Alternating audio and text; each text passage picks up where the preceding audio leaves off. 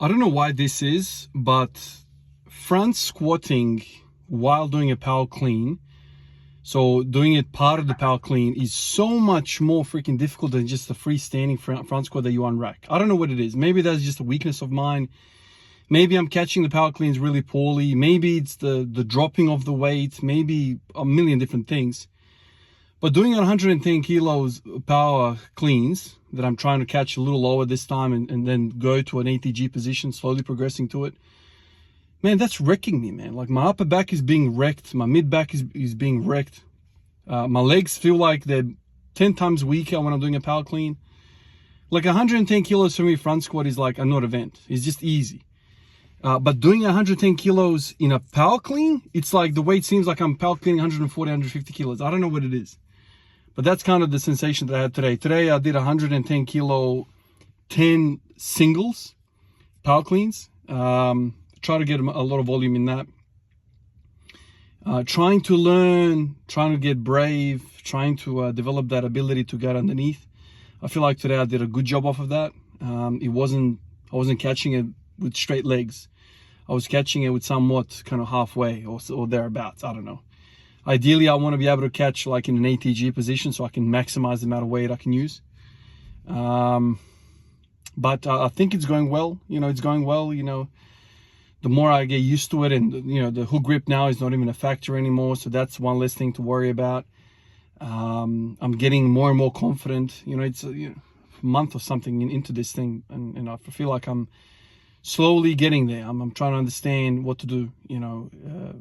Quick hip flexion after that triple extension is a skill you got to learn. We often talk about triple extension, blah blah blah blah, but Olympic lifting is, you are fully extended, and the very next second you are trying to flex underneath it to kind of catch the bar. I don't know if that is a natural thing, or wait, do you do that in real life? Like, I don't know, maybe you do, like, jump, and the very next thing, your whole body, you kind of duck underneath. I don't know. It definitely teaches the body to kind of be, explosive, not just once, but explosive twice. You're extending rapidly as fast as you can, and then you're quickly rebounding off of that freaking end range, straight into a flexion to try and catch the bar. So it's something that I've never done before. Basketball's not like that. Like, even if you're jumping several times to get a rebound, you're tipping it, and people are jumping, and people are not ducking underneath as fast as possible. You are pretty much fully extended even when you land. Like, maybe there's a bit of a, I don't know, bend in your knees and the ankles or whatever, hips, but you're dealing with very, very small ranges of motion. Whereas with this thing, it's like full extension. It's like you're hitting the freaking bar with your thighs. And you're extending your thoracic spine, your hips, your knees, your ankles, everything's fully extended. And then the very next thing is you quickly get underneath it. So flexion of the ankles, the knees, the hips. It's an unreal thing. But I'm still enjoying it. I don't know whether you guys are seeing some sort of progress happening, but because I'm focusing so heavily now on these power cleans, I feel like everything else has suffered a little bit except bench press. I feel like the front squats, I don't know, like I'm putting a lot of more volume into these power cleans now. So the front squat, I worked up to 160. My God, that felt heavy after all those power cleans. And once again, like, it's weird how 110 freaking power clean, so the squatting portion, has worn me out so much that 160 kilo front squat is like 10 times heavier. I don't know. It's the power of accelerating a force, accelerating a mass. The force becomes so much more when you're taking a lesser weight and you add a bit of speed to it. The dropping of the weight. So that first initial contact that I have with the bar when I'm kind of catching it, it's not 110 kilos. Maybe it's a little bit more because there's acceleration. The gravity is kind of throwing it down. Obviously, when you look at the professionals do it, it's like a seamless thing. They're catching it when the bar seems like weightless, almost. I don't know. It's so smooth. Obviously, that's like watching Steph Curry launching threes. That's like watching Jordan jump 49 freaking inches vertically. Obviously, you can't, 1 month into this thing and be like, oh yeah, Ivan, you're going wrong here. You got to be like, look at this guy.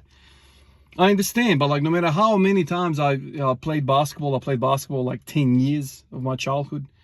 You know, you see what Steph Curry does, but you can't do what Steph Curry does. It's just like one of those things. It's like, and I don't know whether the conversations in other sports, you know, it's almost like some of these comments are like, Ivan, what are you doing? You know, it's like, it's, I can't be like freaking Klokov, man. You know, Klokov has been weightlifting 25 years by the time he kind of made it, you know, a gold medal, whatever he won. I don't know what he won. It's a whole life dedicated to it. But that doesn't stop me from trying. Obviously, like, you know, it's like one of those rules in science where it's like, I don't know how to say it. What's that saying where you go, you know, 20% effort gets you 80% of the goals or something like that. Can't remember exactly the wording of it, but like, you know, you do a fifth of the work and you've already done the majority of what you need to do. But that last portion to get 100% completion, it's like exponential amount of effort required. So to get to, I don't know, 140 kilo freaking power clean is like, takes you, I don't know, 3-4 months. I don't know if I'll be able to get there, maybe a year. But then to get from like 140 to 180 takes like 7 years or something. I don't know, 10 years. So it's exponential. Then eventually when you get to like the top level, I don't know what I'm saying now, but like 200 kilos, 220 for my body weight, 100 kilos. To get to those, it's like 20 years or impossible. It's just weird how that works. It's like, I've done a month of training and it's great. And I got to 120 kilo power clean, you know, so let's say I've gone from 0 to 120 in like in a month, but it's probably going to take me a year to get to 140, 150, right? So, and then it blows out even further and further and further, because you know, to get that excellence takes so much time. And this is where like specialists and this is where some of these legends are born. Like, you know, a lot of people are not able to get to that 10th level. You know, you get to 99, the 99th level, but that 100th level is like impossible. It's not accessible to a lot of people because they haven't clicked certain things. They don't have the genes, they don't have the whatever. There's many different factors involved. Some people just freaking ran out of time. Like, I'm 35 years old soon. I don't have time. Like, you know what I mean? Like, I should have started this when I was 7, right? So there's a lot of elements, but still, I think it's pretty cool that you can spend a year doing something and you get most of the journey there, right? I'll never be able to be Klokov or Tian Tao or Carlos. You know, I won't be able to do them, but I can maybe get within, I don't know, 50% of what they do, something like that. At least you can kind of have fun doing it and imagine and think to yourself, wow, I could not, you know, even fathom having 220 kilos above my head. Like, how insane is that? It's kind of funny to me, you know. But that's the nature of the game. Rapid freaking gains initially, and then a freaking hard plateau for a long period of time, so you can kind of work out the intricacies of things. But anyway, like always, guys, appreciate you, and I will catch you in the next one. Peace out.